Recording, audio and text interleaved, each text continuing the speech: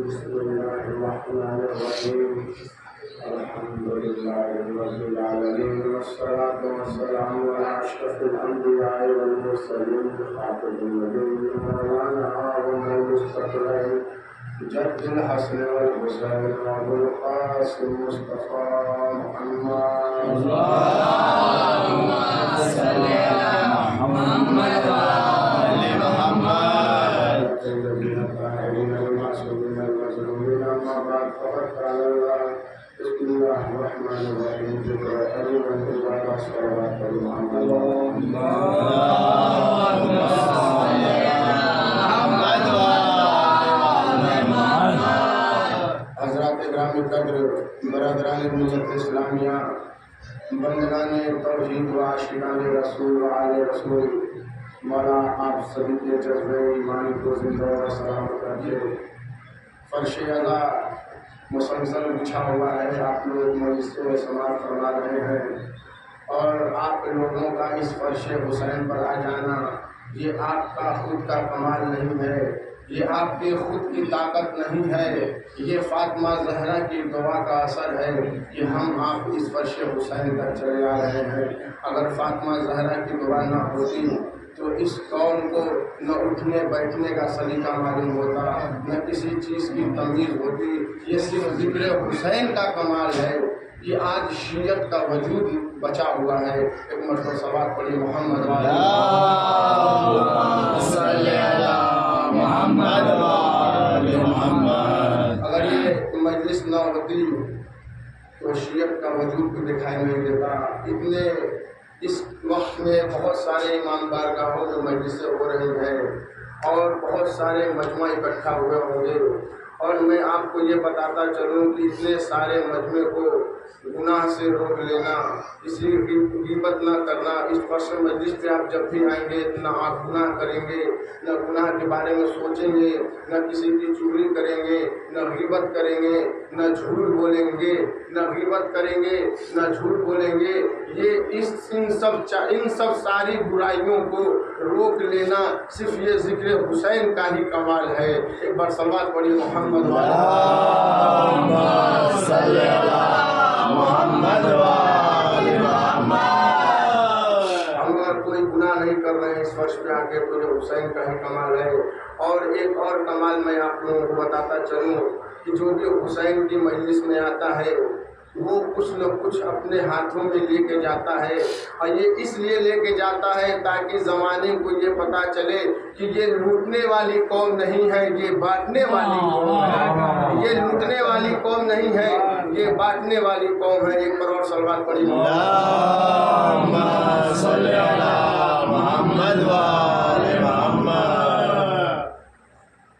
اللہ محترم، جب اللہ آدم کے پتلے کو بنا رہا تھا، جب آدم مٹی اور پانی کے درمیان کروٹیں بدل رہے تھے، اور جب وہ پتلا بنا لیا اس سے پہلے اللہ نے کہا کہ جب میں اس پتلے میں جان پھونکوں تو تم سب سجدے میں چلے جانا. جب اللہ نے آدم کے پتلے میں جان کو پھونکا سارے فرشتے سجدے میں چلے گئے الا ابلیس، سوائے ابلیس کے. اب خدا نے جب اس سے پوچھا ابلیس تو نے آدم کا سجدہ کیوں نہیں کیا، تو اس نے کہا کہ میں آگ کا بنا ہوں، یہ مٹی کا بنا ہے، آگ مٹی سے افضل ہوتی ہے، اور اس نے افضلیت کا دعویٰ کیا. تو اللہ نے کہا اے ابلیس تو نکل جا میری بارگاہ سے، تو نکل جا میری بارگاہ سے، کیونکہ تو نے افضلیت کا دعویٰ کیا ہے. تو شیطان جو ہے کھڑا ہے توحید کی منزل پہ، توحید کے دہلیز پہ، تو ایک مرتبہ کہتا ہے کہ میں تیرے بندے کو بہکاؤں گا، میں تیرے بندے کو صراط مستقیم سے ہٹاؤں گا. یہ صراط مستقیم کیا ہے؟ میں آپ کو ایک واقعہ میں بتا رہا ہوں کہ رسول خدا مسجد نبوی میں خطبہ دے رہے تھے. ایک صحابی کھڑا ہوا اور کہتا ہے یا رسول اللہ یہ صراط مستقیم کیا ہے؟ یا رسول اللہ یہ صراط مستقیم کیا ہے؟ رسول اللہ نے اپنا منہ پھیر لیا، پھر پوچھا ما ھذا صراط مستقیم، اے رسول اللہ یہ صراط مستقیم کیا ہے؟ پھر رسول اللہ نے منہ پھیر لیا. ادھر مسجد کے دروازے پہ مولائے کائنات کا آنا ہوا۔ جب رسول کی نگاہ مولائے کائنات پر پڑی تو اپنے صحابی سے کہا اٹھ کھڑا ہو، تیرا سوال کیا ہے؟ اس نے کہا ما ھذا صراط مستقیم، ما ھذا صراط مستقیم، یا رسول اللہ یہ صراط مستقیم کیا ہے، یہ صراط مستقیم کیا ہے؟ رسول اللہ نے اپنے دائیں ہاتھ کی انگلی کو علی کی طرف اشارہ کیا، اشارہ کر کے کہا ھذا علی صراط مستقیم، یہ علی ہی صراط مستقیم ہے۔ صلوات پڑھیے محمد۔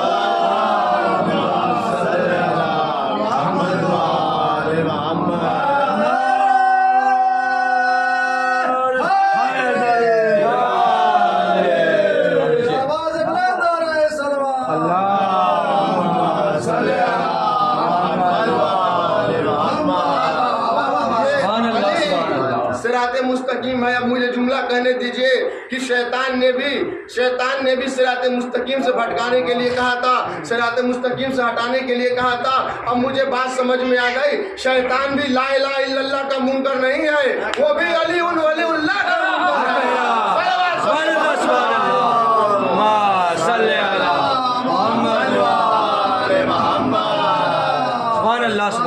ابلیس بھی لا الہ الا اللہ کا منکر نہیں ہے، وہ علی ولی اللہ کا منکر ہے۔ جب آدم کے پتلے کو خلق کر رہے تھے اللہ، تو بہت سارے لوگ ہمیں اللہ سے سوال کروں گا، اے خدا پروردگار ہے پالنے والے، تو خالق ہے، تو مالک ہے، تم ابلیس کو، آپ نے ابلیس کو اس کے سجدہ نہ کرنے کی وجہ سے اس کو اپنے جنت سے نکال دیا، اپنی بارگاہ سے نکال کے پھینک دیا۔ میں یہ کہوں گا کہ اس نے تیری اتنے سجدے کیے ہیں، اتنی نمازیں پڑھی ہیں، لاکھوں سجدے کروڑوں سجدے تیری کیے ہیں، اس کے سجدے کی وجہ سے اس کو معاف کر دیتا، اس کے سجدے کی وجہ سے اس کو معاف کر دیتا، اتنے تیرے سجدے کیے ہیں۔ تو اللہ نے کہا کہ میں اس کے سجدے کی وجہ سے اس کو معاف نہیں کر سکتا ہوں، کیونکہ اگر میں انہیں اس کے سجدے کی وجہ سے معاف کر دیا، اگر میں نے اس کے سجدے کی وجہ سے معاف کر دیا کہ حجت بھی پہلا ہے، منکر بھی پہلا سماعت پائے گا۔ اللہ کہہ رہا ہے کہ حجت بھی پہلا ہے، منکر بھی پہلا ہے، اگر میں اسے سجدے کی وجہ سے معاف کر دیتا تو آج کی تاریخ میں لوگ اپنے سجدے اور نمازوں کو لے کر آ کے میرے سامنے کھڑے ہو جاتے اور یہ کہتے کہ کل تو نے ابلیس کو اس کی سجدے کی وجہ سے معاف کیا تھا، آج مجھے بھی میری سجدے کی وجہ سے معاف کر۔ میں کہوں گا جب اللہ صفی اللہ کے منکر کو برداشت نہیں کر سکتا تو علی ولی اللہ کے منکر کو کیسے برداشت کرے گا؟ صلوات پڑھیے۔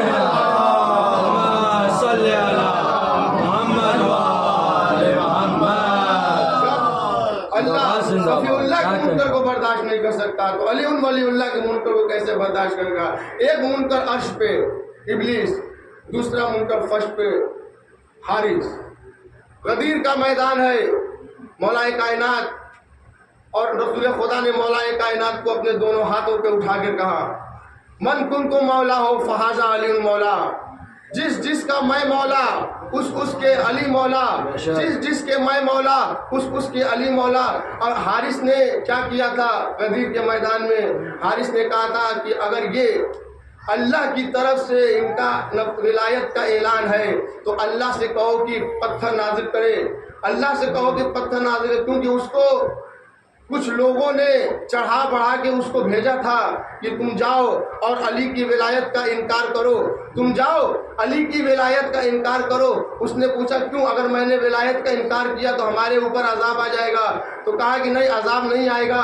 ایک وقت جب ابو جہل نے بھی توحید کا انکار کیا تھا تو رسول اللہ نے ہاتھوں کو بلند کر کے کہا تھا یار یہ خدا اس لیے تیرا انکار کر رہا ہے، یہ تیری توحید کو نہیں مان رہا ہے، اس کے اوپر عذاب نازل کر۔ تو اللہ کی طرف سے وحی آئی، اے میرے حبیب، اے میرے مصطفیٰ، میں اس کے اوپر عذاب نازل نہیں کر سکتا کیونکہ یہ تمہارے بزم میں ہے، میں اس کے اوپر عذاب نازل نہیں کر سکتا۔ یہ کہہ کر جب حارث کو بھیجا کہ جاؤ تم بھی رسول کے بزم میں کھڑے ہو کر علی کی ولایت کا انکار